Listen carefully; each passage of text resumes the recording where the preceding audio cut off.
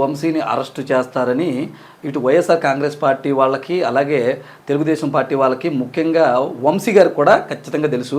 ఎందుకంటే వాళ్ళు మాట్లాడేటువంటి మాటలు అవి మనం దీన్ని చట్టం తన పని తను చేసుకుపోతుంది అనే కోణంలో పక్కన పెడితే రాజకీయ కోణంలో కనుక మనం చూస్తే వాళ్ళు చేసింది అంతా ఇంత కాదు. 5 సంవత్సరాల్లో కూడా ఇటు కొడాలి నాని అవ్వచ్చు, అలాగే వల్లభనేని వంశీ అవ్వచ్చు, కీలక పాత్ర పోషించారు.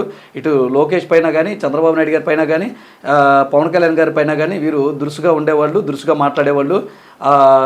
తెలుగుదేశం పార్టీ కార్యకర్తల ఆక్రోధానికి వీళ్ళు సోషల్ మీడియా పరంగా అప్పట్లో గురయ్యారనమాట. అధికార పార్టీలో ఉండటం వలన వీళ్ళని ఏమీ చేయలేని పరిస్థితి.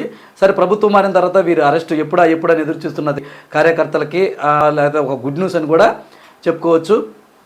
అయితే వల్లభనేని వంశీపై గన్నవరం నియోజకవర్గంలో అనేక కేసులు అయితే ఉన్నాయి. అయినా కానీ ఆయన ముఖ్యంగా గన్నవరంలో 2023 ఫిబ్రవరి నెల